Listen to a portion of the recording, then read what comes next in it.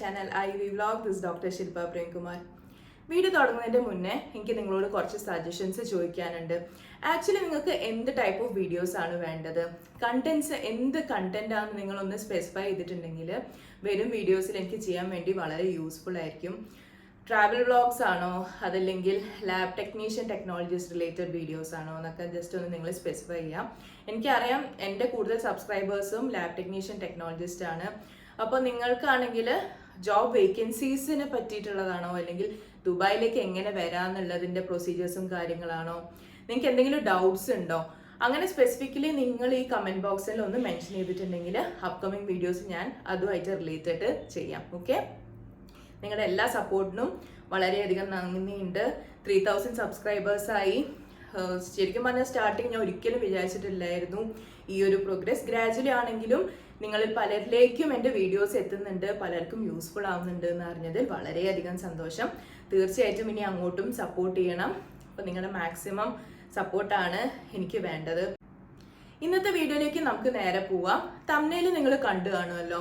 അപ്പോൾ കുറേ candidates repeatedly ചോദിച്ച സർട്ടിഫിക്കറ്റ്സിൻ്റെ അപ്രൂവൽ സ്റ്റേറ്റസിനെ പറ്റിയാണ് ഇന്ന് മെൻഷൻ ചെയ്യാൻ പോകുന്നത്. കൂടുതൽ പേരും ചോദിച്ചത് BSS സർട്ടിഫിക്കറ്റിനെ പറ്റിയാണ്. BSS സർട്ടിഫിക്കറ്റിനെ പറ്റി നമ്മൾ ഓൾറെഡി ഒരു വീഡിയോ ഡീറ്റെയിൽ ആയിട്ട് ചെയ്തിട്ടുണ്ടായിരുന്നു, ഭാരത് സേവത് സമാജ് സർട്ടിഫിക്കറ്റ്. അപ്പോൾ ഈ സർട്ടിഫിക്കറ്റിന് സാഡാണ്, അപ്രൂവൽ കിട്ടാറില്ല. ഗൾഫ് കൺട്രീസിലേക്കൊന്നും അപ്രൂവൽ കിട്ടാത്തൊരു സർട്ടിഫിക്കറ്റ് ആണിത്.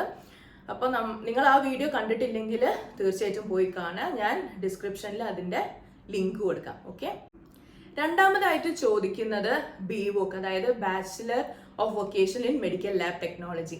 ഈ സർട്ടിഫിക്കറ്റ് യൂഷ്വലി DHA അപ്രൂവൽ കിട്ടാറുള്ള ഒരു സർട്ടിഫിക്കറ്റ് ആണ്. ഓക്കെ, മൂന്നാമതായി സിംഗാന യൂണിവേഴ്സിറ്റിൻ്റെ സർട്ടിഫിക്കറ്റും DHA അപ്രൂവ്ഡ് ആയിട്ടുള്ളതാണ്. അപ്രൂവൽ പ്രോസസ്സിനൊന്നും തടസ്സങ്ങളൊന്നും വരാറില്ല.